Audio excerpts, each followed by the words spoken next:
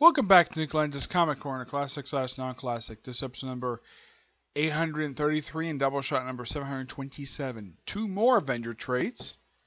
First up, it is Avengers Undercover, Volume 2, Going Native, collecting issues 6 to 10 of the action. Well, it's technically the last 5 issues of the series. Written by Dennis Hopeless, artwork by Kev Walker, Timothy Green II, and Ty Walker. Yeah, they say that the characters began in Avengers Academy. Yeah, that's actually partially untrue. This book has nothing to do with Avengers Academy.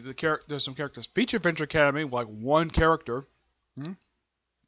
Oh yeah, and I should point out though, this actually does happen. Yes, Deathlocket does try to kill Captain America. Apparently, she was kept in the dark by the fact that the group actually were just lying.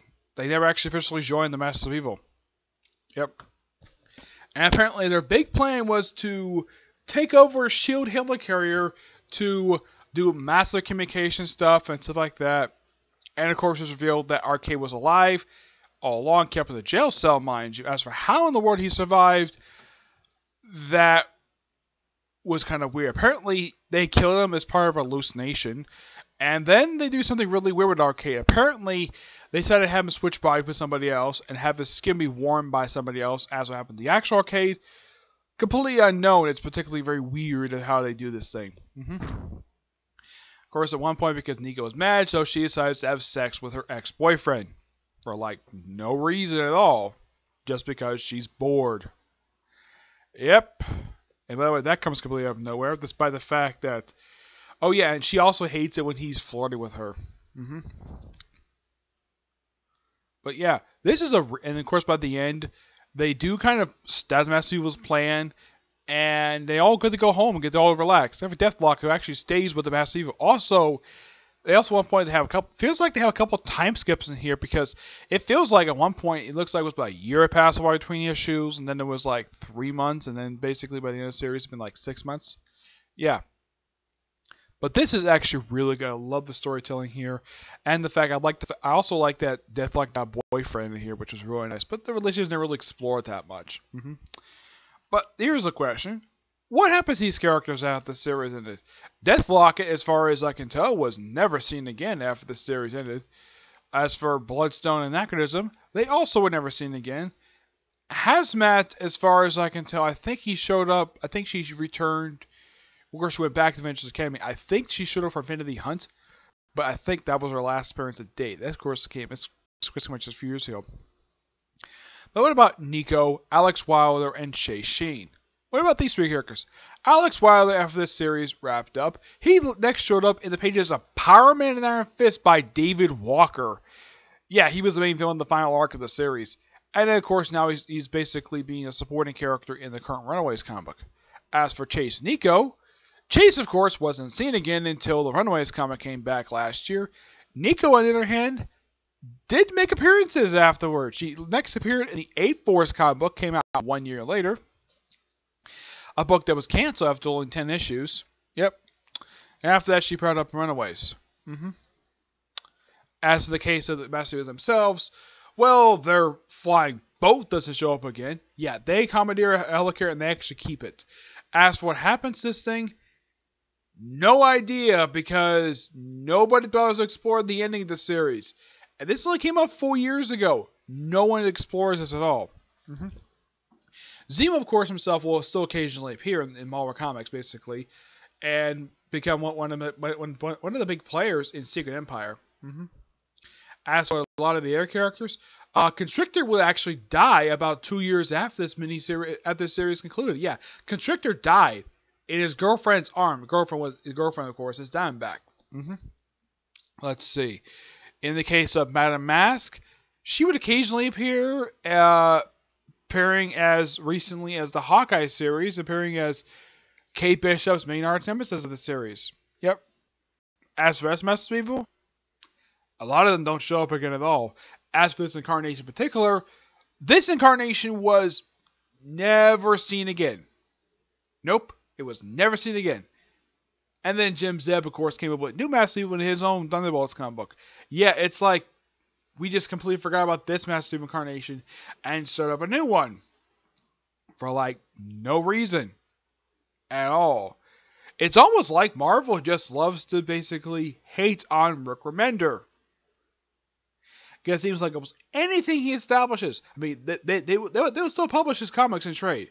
They'll still do that. But anything he establishes in those comics, they will simply just try to ignore or undo because they're bitter with Rick Remender because he went to Image Comics.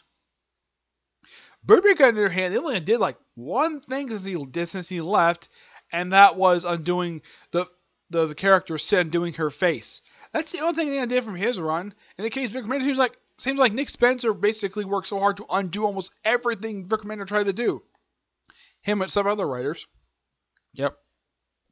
Alright, I'm going to give this book a 9.5 out of 10. It's really good. I love the ending to the series as well. All the characters going on vacation. Though apparently Shu knew nothing about this operation. They knew nothing about it. This is why people call Undercover. It's not a spy series. It's just basically a group of kids who infiltrate mass media because they feel like it. Next up, it is The Mighty Avengers Volume 2 Family Bonding. Yep. This collects Mighty Avengers Volume 2 issues 6 to 10, written by Al Ewing, artwork by Rosario Society and the tracer Greg Land. This is mainly put in aftermath of the previous issues. Now, those of you curious though, like what the line for the series is, it's mostly this lineup right here. Yeah. With the exception of the Spirit Spider-Man, he actually quit after a few issues. Yeah, the line for the series is this. Luke Cage, Monica Rambeau's ex-named Spectrum, the second Power Man, White Tiger. They also had She-Hulk, Falcon. For some reason, Al Ewing chose never to add Iron Fist to the title, so they could show up in the title. Apparently, I don't know, maybe because he was having the March Iron Fist going in the title at that point, apparently he wasn't allowed to become an official member of the team.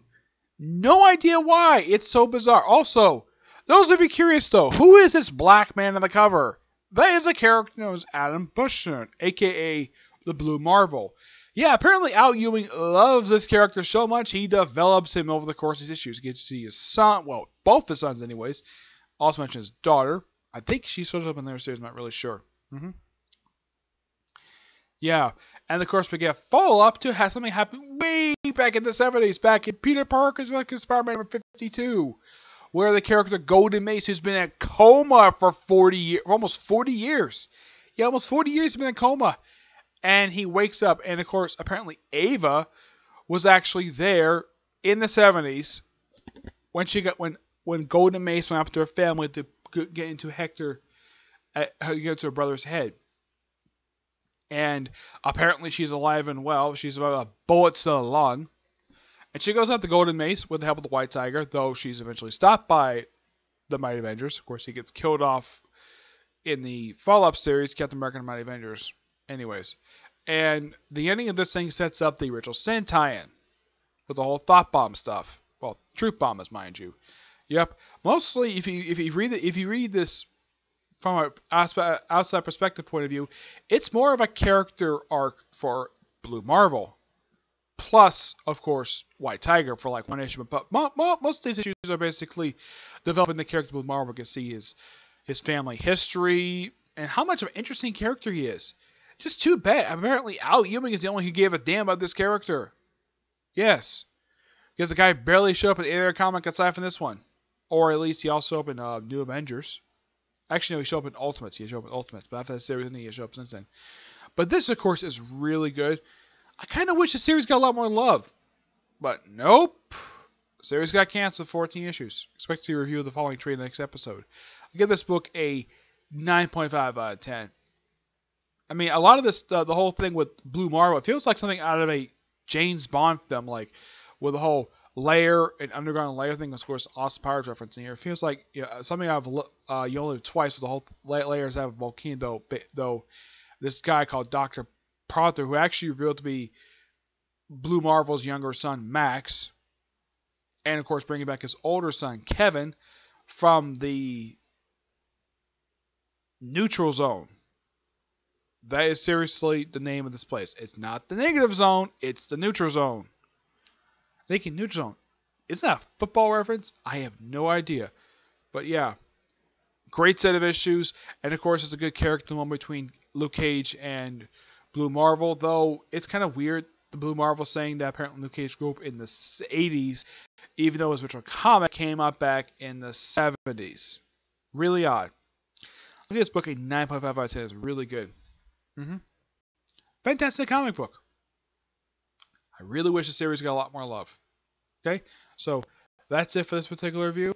Stay tuned for my next review. I'll talk about the following trade for this one, plus some other trade. I'll probably find in a couple days. Okay, but until the next review, bye.